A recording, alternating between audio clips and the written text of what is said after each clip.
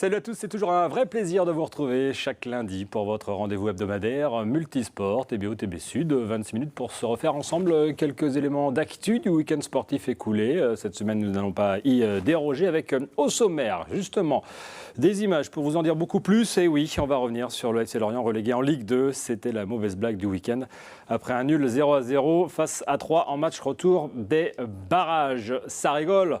En revanche, oui, à Quimper où l'UJAP est en route vers la Pro B, messieurs, dames, il faut confirmer dès mardi soir en Alsace. Et puis du vélo avec Plumelec et les boucles de Nôle. Les 9e et 10e manches de la Coupe de France cycliste étaient en Bretagne ce week-end. On en parle bien sûr. D'autres images, si le temps nous le permet, à la fin de cette émission que nous allons vivre en compagnie de notre invitée Amélie Sigvart. Bonjour. Bonjour. Vous êtes l'entraîneur de Handball Locrist Handball, club qui vient d'accéder à la Nationale 2. Club morbihanais, mais vous-même, vous êtes finistérienne, pour ne pas dire brestoise. Oui, c'est ça. T'es de Milizac. C'est ça, je suis née à Brest. Avec des études STAPS notamment à Brest. Oui, des études STAPS à Brest et une licence professionnelle à Quimper. Tiens, on va voir les gars de l'équipe d'Handball Locrist ici même, champion de leur poule cette saison. Une saison longue que Hennebon a quand même plutôt bien maîtrisé, sans trop de sueur froide, avec un bon paquet de victoires. J'ai plus le nombre en tête, mais ça s'est bien passé. Oui, ça s'est bien passé. Oui. Il y a eu quelques matchs difficiles et puis la montée s'est jouée sur le dernier match. Donc forcément une saison longue et puis il fallait être sérieux jusqu'au bout, mais c'est ce qu'ont fait les gars avec Pierre Priou, donc ça s'est bien passé. Alors les gars avec Pierre Priou, puisque jusqu'à la saison écoulée, Pierre Priou était l'entraîneur en chef de Hennebon Locrist. On va revenir sur tout cela dans la partie invitée tout à l'heure. Et à compter de la saison prochaine, Amélie Sigvart, qui nous accompagne aujourd'hui, sera l'entraîneur number one après avoir été l'entraîneur adjointe cette année. Tout cela, que vous l'avez compris, ce sera dans la partie invitée. On va d'abord, comme d'hab, écouler nos perfs, et il y en a des belles et des moins belles. Et on commence non pas par une perf ni une contre-perf, mais un coup de tonnerre ce week-end. Oui, le match nul 0-0 entre Lorient et Troyes hier soir au Moustoir a sonné la relégation du FC Lorient en Ligue 2. Les Merlus en Ligue 1 depuis 11 ans n'ont pas réussi à inscrire ce but qui les aurait libérés. Moukanjo, on le voit ici, a mis une tête sur corner sur le poteau, mais sinon aucune des nombreuses frappes lorientaises n'aura été cadrée. Il y en a eu 17-18. Le FC Lorient donc va être relégué sans avoir cherché, mais en vain, à sauver sa peau. Les Troyens, eux, vous vous imaginez, sont aux anges. Les Lorientais sont à terre. Joie d'un côté, tristesse, voire colère de l'autre.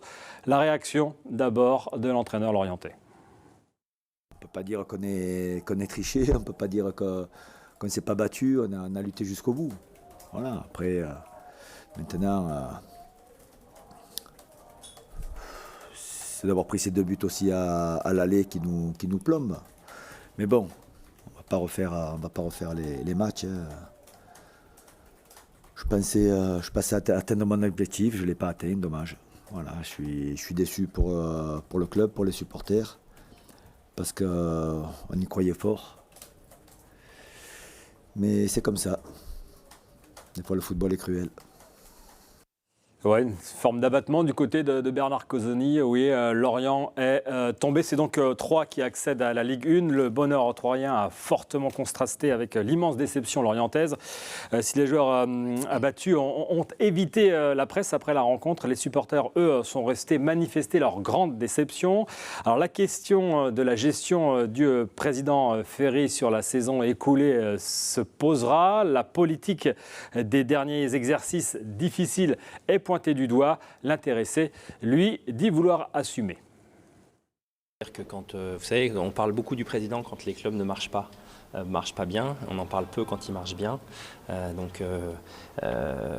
Voilà, je suis un président qui assume, c'est-à-dire que je suis le patron de l'entreprise et je vais m'attacher à faire en sorte qu'on construise une équipe compétitive l'année prochaine pour ramener le FC Lorient dans l'élite.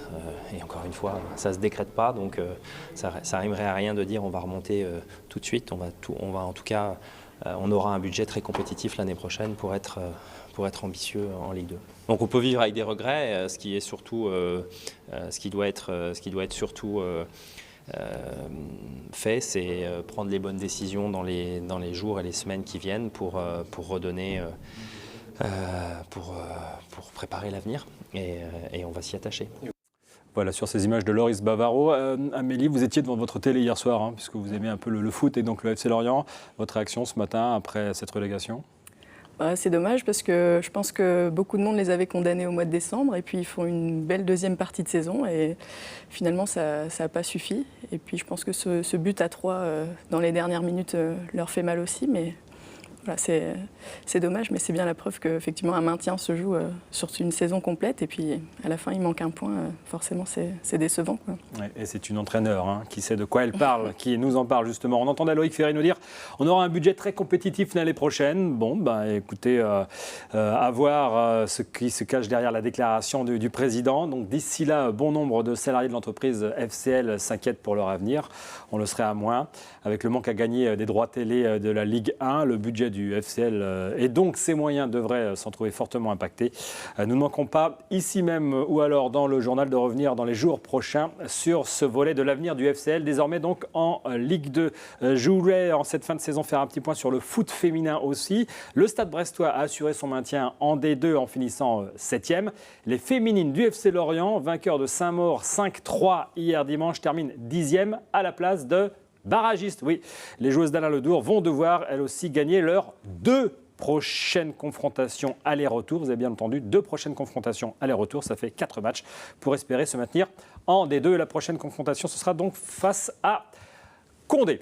Toute autre ambiance maintenant. Je sais que vous êtes moins basket, Amélie. On va filer sur la salle Guagen samedi soir pour la finale aller d'accession à la Pro B entre l'UJAP Quimper et les Alsaciens de Soufel-Weyersheim. Finale du championnat de France de National 1. Match à guichet fermé. Plus de 2000 spectateurs dans la fournaise de Guagen, vous en doutez.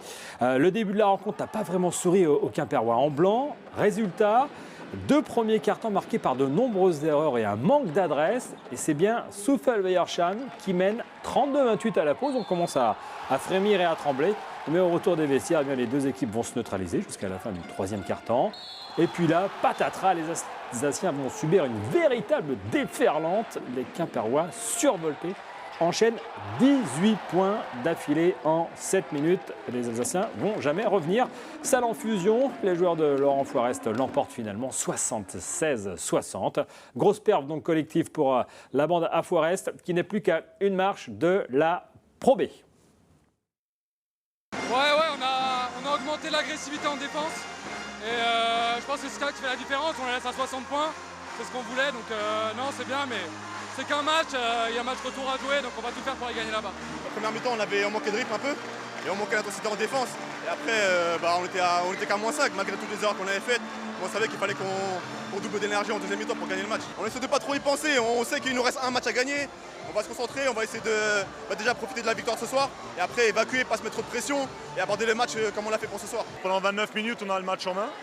On fait le bon basket. La fin de 3 et 4 ans est dramatique. On perd les pédales, c'est là ils reprennent, ils passent devant juste avant la fin du 30 quart-temps et c'est ce qui nous fait mal. Nous, on n'a rien à perdre depuis le début. Hein. On n'était pas programmés pour monter. C'est eux qui veulent monter à tout prix. Nous, on est là. Pour nous, c'est la cerise sur le gâteau. Donc la vie et la mort, non. On va jouer chez nous. Voilà. Si on le prend, on sait qu'on reviendra. Donc on va tout donner. Vous l'avez compris, hein, si Quimper s'impose demain soir mardi en banlieue stage bourgeoise, eh bien, il sera acquis que les Quimperois seront en Pro B. En revanche, s'il y a défaite, eh bien, tout se jouera sur le match 3, le fameux match décisif, pour le coup samedi dans la salle Michel Guagen. Voilà, on va ouvrir maintenant une grosse page vélo, cyclisme. Non, pas plus que moi, d'accord, très bien. On va commencer pour une fois avec le Grand Prix de Plumelec Dames, avec sur ces images la Morbihannaise Audrey Cordon-Rago. Elle termine 4e et première bretonne à 11 secondes de la grande gagnante. Ici sous vos yeux, la Sud-Africaine Ashleigh Moolman-Pasio. Moolman qui a fait coup double en pays mélésien en remportant la classique Morbihan vendredi et donc le Grand Prix de Plumelec samedi matin. Alors sur ces images encore, tiens Amélie, vous allez nous dire qui c'est, parce que vous connaissez quand même. Ouais. Thomas Voeckler. Bravo, vous avez gagné toute notre reconnaissance. Thomas Voeckler, longtemps chouchou du public pour ses exploits notamment sur le Tour de France. Thomas Voeckler qui fait sa tournée d'adieu puisqu'il a décidé de raccrocher le cuissard. Plumelec l'a fêté samedi, lui qui s'est imposé en haut de Cadoudal. C'était en 2008. Ça, je vais vous le dire, que ce n'était pas non plus très évident. Alors, pour cette nouvelle édition du Grand Prix, comptant pour la 9e manche de la Coupe de France, eh bien, Samuel Dumoulin ou encore Julien Simon étaient annoncés parmi les grands favoris. Alors, après l'échappée matinale, comme d'hab, on a vu 4 hommes s'en donner à cœur joie, donner le train surtout devant un peloton complaisant. Mais celui-ci a repris les optimistes en haut de Cadoudal avant d'attaquer les tours du circuit Bernard Hinault. Une autre course a alors commencé avec plusieurs attaques, animées notamment par, on a vu Christophe Riblon, Mathias Franck, Johan Lebon, Anthony Delaplace. On a vu encore Alex Journiot, Damien Touzé, enfin il y a Fabien Dassonville aussi.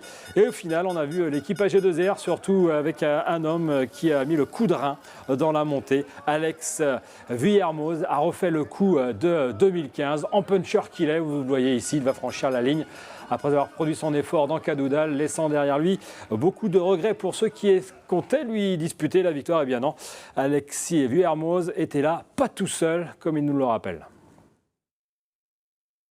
J'ai vraiment été amené comme il fallait, c'était idéal. Et c'était vraiment caviar pour moi, j'avais plus qu'à concrétiser. L'équipe était vraiment super forte, pas d'erreur tactique, on avait bien joué. On était en surnombre dans le final et là ça fait la différence. Je savais que si j'attaquais dans le dur, j'avais ma chance.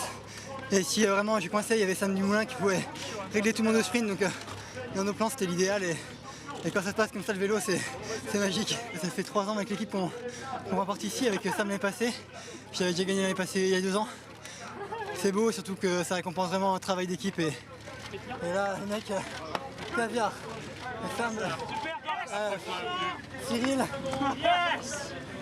Pierre, c'était magique. Voilà donc pour la victoire d'Alexis Vuillermoz à AG2R, la mondiale, la Plumelec samedi. Hop, dimanche, le peloton avait rendez-vous pour la 10e manche de la Coupe de France cyclisme, mais cette fois-ci pour les boucles de l'Aulne en Finistère. 171 km autour de Châteaulin, avec une difficulté supplémentaire cette année. Le passage, apprécié, je ne sais pas, mais le passage au sommet de Menez et Keller, sommet franchi en tête par 3 coureurs, les Français Menu et Combo, ainsi que le Basque Choporena. Un trio qui aura compté jusqu'à 6 minutes d'avance avant de voir le retour du peloton. Comme souvent d'ailleurs, la fin de course, elle va se durcir, on s'en doute, avec un groupe de tête qui va se reformer. 24 coureurs, parmi lesquels les Bretons Franck Bonamour, Laurent Pichon de Fortuneo Virtual Concept, le leader de cette Coupe de France. Et au final, donc, un homme qui s'impose, le jeune Aude Christian Ecking, le Norvégien de la Française des Jeux, aidé en cela par David Gaudu, qui termine sur ses talons à la 2e place. Beau doublé donc pour la Française des Jeux. C'est ma première victoire chez les pros. Comme ça, je suis très content. Tu étais venu ici pour gagner, tu voulais gagner aujourd'hui? Non, j'ai venu hier d'un stage d'altitude. Et comme ça, j'étais pas sûr comment ma jambe va marcher, mais c'était bien. Moi de là-bas, je me suis bien senti. Et voilà, je savais que Aude, il avait gagné. J'ai su qu'il avait gagné en arrivant au pont là-bas. Et après, je me suis dit, putain, maintenant, il faut que je fasse 2. Là, si je fais 2, c'est génial. Faire 1 et 2 ici, c'est sûr, c'est beau. C'est des courses qui sont en France. Pour moi, je suis breton, je suis à 40 minutes de là où j'ai vécu. Je suis déjà passé 1 ou 2 fois ici à l'entraînement. Et c'est sûr que ouais, dans toute la montée à l'arrivée, j'entendais aller David. Donc c'est juste génial. Voilà donc Ecking premier, Gaudu deuxième et troisième Laurent Pichon. Laurent Pichon, je le disais, qui reste leader de cette Coupe de France cyclisme PMU à l'issue du week-end. Donc il devance Boigny et Dumoulin. Merci au passage aux motards qui ont permis aux équipes de TB et TB Sud d'assurer ces images sur ce week-end cyclisme en Morbihan et Finistère. Place maintenant donc à notre invité, on parle handball. Avec vous, Amélie Sigvart, entraîneur du Handball Lochrist Handball. On le disait, finistérienne de Milizac, licence STAPS à Brest, une licence pro gestion des associations à Quimper. Double compétence, entraînement, on l'a compris, puis accompagnement des projets associatifs. Vous êtes par ailleurs salarié du comité Morbihan, donc le hand, c'est vraiment votre vie, votre passion. Vous avez joué au poste d'arrière avant de prendre vraiment l'orientation assez rapide d'entraîneur. Entraîneur d'équipe féminine d'abord, U17 Région Excellence, en pré-national aussi, puis en National 3 avec d'Alliance d'un côté et puis Guy Delkévin de l'autre.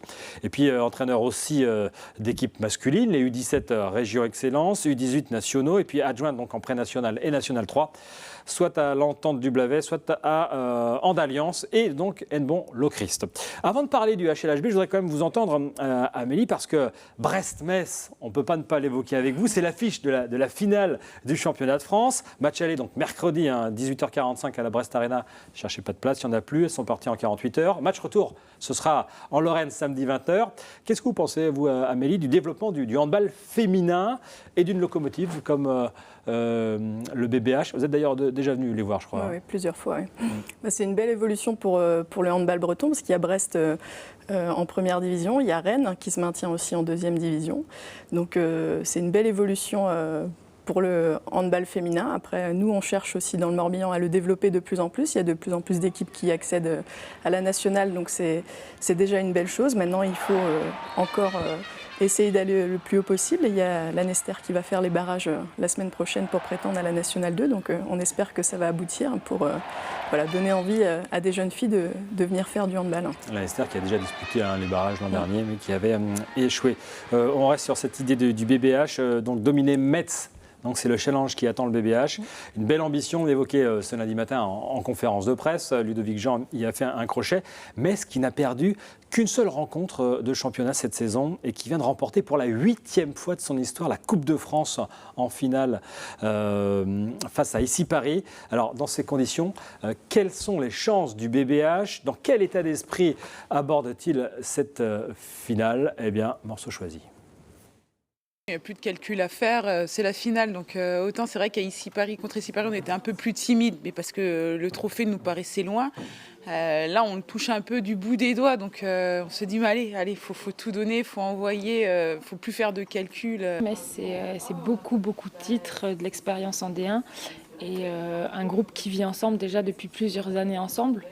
Donc je pense que c'est leur grosse force aujourd'hui. Maintenant, on a aussi des forces à faire valoir. C'est la première année en première division. D'arriver en finale, c'est déjà, je trouve, extraordinaire. Pas mal de monde ne nous voyait pas arriver aussi loin en championnat. On arrive en finale. Maintenant, on est en finale, quoi. C'est-à-dire, on ne va pas se satisfaire d'être en finale. Moi, je ne viens pas en finale pour jouer une finale, je viens en finale pour gagner une finale. Donc, on est en finale et on va essayer de proposer la meilleure chose possible. Amélie, je voudrais la réaction de l'entraîneur à ces propos d'entraîneur. C'est sûr, comme il dit, c'est une finale, même s'il y a avantage à Metz en termes d'expérience et de titres remportés. Je pense que Brest a aussi une très belle équipe et un très bon entraîneur. Et puis, on l'a vu contre Issy Paris, où ils n'étaient pas forcément favoris. Ils ont réussi à se qualifier pour la finale. Et puis, ça reste une finale, donc c'est toujours particulier comme contexte. Donc, j'espère que Brest va remporter ces deux matchs. On revient donc au HLHB Hennebont Lochrist Handball, le club qui a décroché sa montée en N2 à l'issue de cette saison. Ça faisait 3 saisons que le club évoluait en N3, si je ne m'abuse. Pendant qu'on en parle, on voit l'équipe de la montée, comme on dit, celle qui restera dans l'histoire. Comment on explique ce succès au sein du club, Amélie ? On l'explique par un travail depuis déjà de nombreuses années, sur tous les plans, sur le plan sportif, sur le plan financier, sur le plan structurel. Il y a vraiment des dirigeants très motivés, très investis.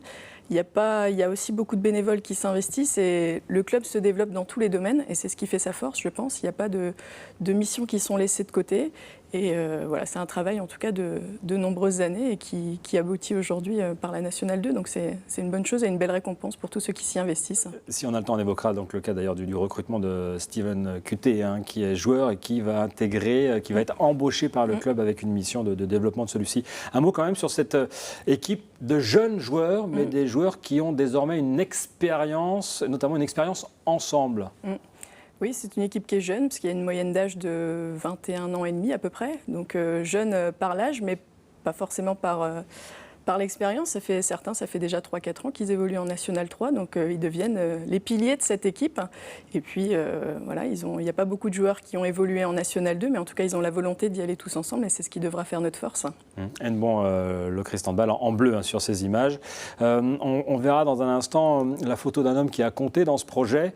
Alors je parle au passé parce que là maintenant la période Pierre Priou est derrière le club, mais elle est importante. Vous en étiez l'adjointe cette saison de Pierre Priou. Que garderiez-vous de son style si vous deviez vous en inspirer, vous qui êtes désormais l'entraîneur numéro 1 ? De son style, son projet un petit peu atypique qui a fait la force de cette équipe cette année, parce qu'il a fait le choix d'évoluer à 7 contre 6 pendant toute la saison. Donc c'est aussi ce qui a permis, je pense, l'accession en National 2. Et puis il a un très bon relationnel avec les joueurs. Il a su vraiment créer un groupe, fédérer à la fois les joueurs, mais aussi fédérer autour de lui dans le club. Et je pense que c'est important, il faut s'en inspirer pour la suite. Hein, ça veut dire quoi, jouer à 7 contre 6 ? On fait sortir le gardien de but et on joue à 7 en attaque contre 6 défenseurs. Donc il ne faut pas traîner pour le repli quand on perd le ballon. C'est ça l'idée ? C'est un peu ça. Tiens, très vite, ce qui est sûr, c'est que c'est la montée que l'on évoque, là, que vous avez réalisée, elle était programmée. Écoutez ce très bref extrait d'interview réalisé saison 2015-2016. Le projet d'accession ne sera certainement pas cette année, mais par contre l'an prochain, il sera fortement d'actualité. Voilà. On ne lit pas dans le mar de café, on l'avait écrit, on l'a réalisé. Oui. Ils avaient terminé 4e l'année dernière, donc forcément que l'objectif c'est de faire mieux, donc d'accéder. Alors tout était prévu, Amélie Sigvart, même le départ de Pierre Priou, alors que l'équipe accède à la N2. Alors Pierre Priou part pour valider sa formation en DES. Il doit trouver un club de niveau 1, un garçon ou de D2 filles. C'est là où vous entrez en jeu pour lui succéder. Vous vous y prépariez, notamment en ayant assuré la prise en charge de l'équipe réserve qui par ailleurs elle aussi monte pour accéder à la pré-nationale. Le plus haut niveau régional cette saison. Tout était écrit, cadré ? Non, pas forcément. Tout n'était pas écrit. En tout cas, tout a été anticipé dans le but que ce soit fait le mieux possible, hein, à la fois pour le club et pour les joueurs. On savait que Pierre, de par son projet de DES, allait devoir entraîner au plus haut niveau possible. On ne savait pas si ça allait être cette année ou l'année prochaine. On ne savait pas du tout avec quelle échéance. Mais en tout cas, effectivement, quand je suis venue à Hennebont, l'idée c'était quand même de préparer un éventuel départ de Pierre. Et puis, dans le souci de mettre de la continuité dans ce projet-là. Voilà. C'était justement la question qui suit. Fin de cycle ou début de nouveau ? Alors que l'on revoit ici donc des images de l'équipe 2015-2016, on retrouve quasiment les mêmes que cette année. Ou alors continuation, sachant qu'il va falloir vous renforcer pour faire bonne figure dans ce championnat de National 2. Non, c'est pas une fin de cycle, même s'il y a le départ de Pierre. La volonté, c'est de garder tous les joueurs déjà, puisqu'on va vers un niveau de jeu qu'on ne connaît pas, donc il y a déjà pas mal d'incertitudes. Donc si on peut partir avec un socle déjà bien construit, ils ont tous dit on oui. va le faire. Pas tous, mais c'est lié aux études. Donc pour l'instant, on n'a pas les réponses de tout le monde, mais en tout cas une très grande partie. Donc l'idée, c'est de travailler en continuité avec les mêmes joueurs et continuité avec ce que Pierre faisait déjà dans son projet. Donc voilà, avec évidemment, on cherche à se renforcer sur certains postes également. Justement, lesquels ? Ouais. Alors le poste d'arrière droit, c'est une priorité. Alors notamment en termes de nombre, puisque cette année, entre les deux équipes, on n'avait que 2 arrières droit-gaucher. Donc ça manque un petit peu à ce poste-là. Et on cherche à trouver un joueur ou plus expérimenté ou déjà plus armé sur ce poste, puisque nos 2 arrières gauchers, ils sont très jeunes. Donc l'idée, c'est pas de les remplacer, mais c'est de leur permettre d'avoir plus de temps pour travailler à ce poste et de grandir tranquillement à ce poste et de ne pas brûler les étapes. 150 000 € de budget pour l'ensemble du club. C'est l'objectif de l'année prochaine, en tout cas, oui. Est-ce que c'est suffisant pour tenir à ce niveau-là, vous-même, dans cette enveloppe-là, par rapport à votre projet personnel ? Vous vous dites qu'il va falloir s'accrocher pour passer le plus dur et espérer une saison 2 à ce niveau-là un peu plus confortable ? 150 000 €, c'est le minimum en National 2. Donc pour une première année en National 2, ça peut suffire. Il est évident qu'il va falloir augmenter ce budget dans les années à venir, vu les ambitions du club. Mais en tout cas, d'un point de vue personnel, voilà, ce qui est proposé, en tout cas, est largement suffisant pour combler ce travail-là l'année prochaine et dans les années à venir. L'arrivée de Steven Cuté, évoqué tout à l'heure, donc en formation DGEPS, qui va être responsable de projet, assurer plus de liens avec les bénévoles, les dirigeants, et puis être un élément moteur du projet sportif, on le voit sur cette photo. Ça s'inscrit dans cette dynamique. Exactement, oui. Franchir le cap d'avoir un salarié, c'est un moment important pour un club et c'est indispensable pour l'évolution du club, notamment sur la formation des jeunes joueurs où on va vraiment s'y atteler l'année prochaine pour que la majorité des joueurs soient issus de notre club.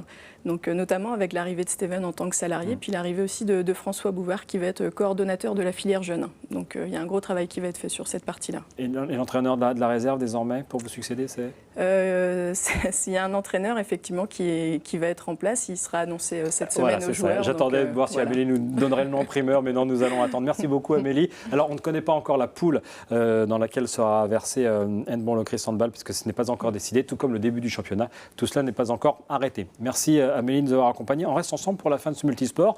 On va vous montrer encore quelques images, on va prendre l'air. Vous aimez courir, à n'en pas douter, comme tous ceux qui regardent cette émission. Nous sommes sportifs dans l'âme, à défaut d'être dans les jambes parfois. Originalité des foulées de Pont-Scorff, dont c'était la 20e édition. Alors comme les 19 éditions précédentes, eh bien, ces foulées cheminent au travers du zoo de Pont-Scorff. Pour les coureurs, pas le temps vraiment de profiter du spectacle. D'ailleurs, la plupart des animaux à cette heure sont déjà couchés, ou rentrés tout du moins. L'ambiance est plutôt sympa. Le parcours est plutôt difficile par contre. Victoire de Jérôme Suppy en 35 minutes 8 secondes, les 10 kilomètres. Attention à la grosse bête. Alors, autre course, autre cadre. On a le temps de montrer ces images du marathon. Le marathon du Mont-Saint-Michel, une 20e édition. Là encore un anniversaire qui n'aura pas échappé aux Kenyans. Image un peu au ralenti, merci à la production. C'était au départ de Cancale. Lazarus Tout. C'est le nom du vainqueur, il n'était pas vraiment attendu, mais alors qu'il devait donner le train, on appelle ça un lièvre, eh bien, il s'est tellement bien senti qu'il s'impose en 2h13 et 51 secondes, une moyenne de 18,91 km/h. Waouh, pas mal, hein?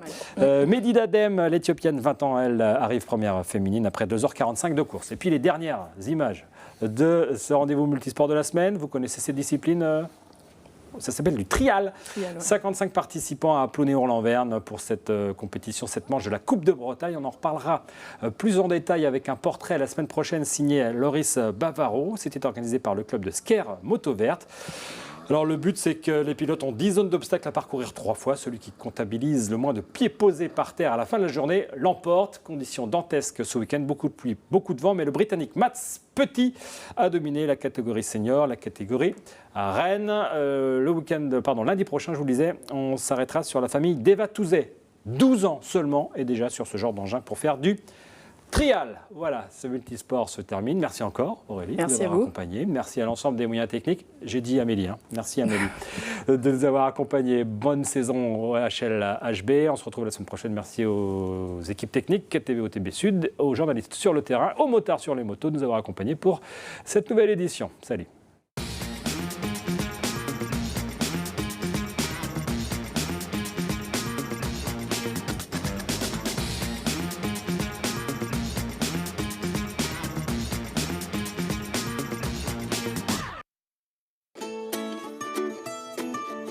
Multisport vous a été présenté par Youpi, le fruit des enfants.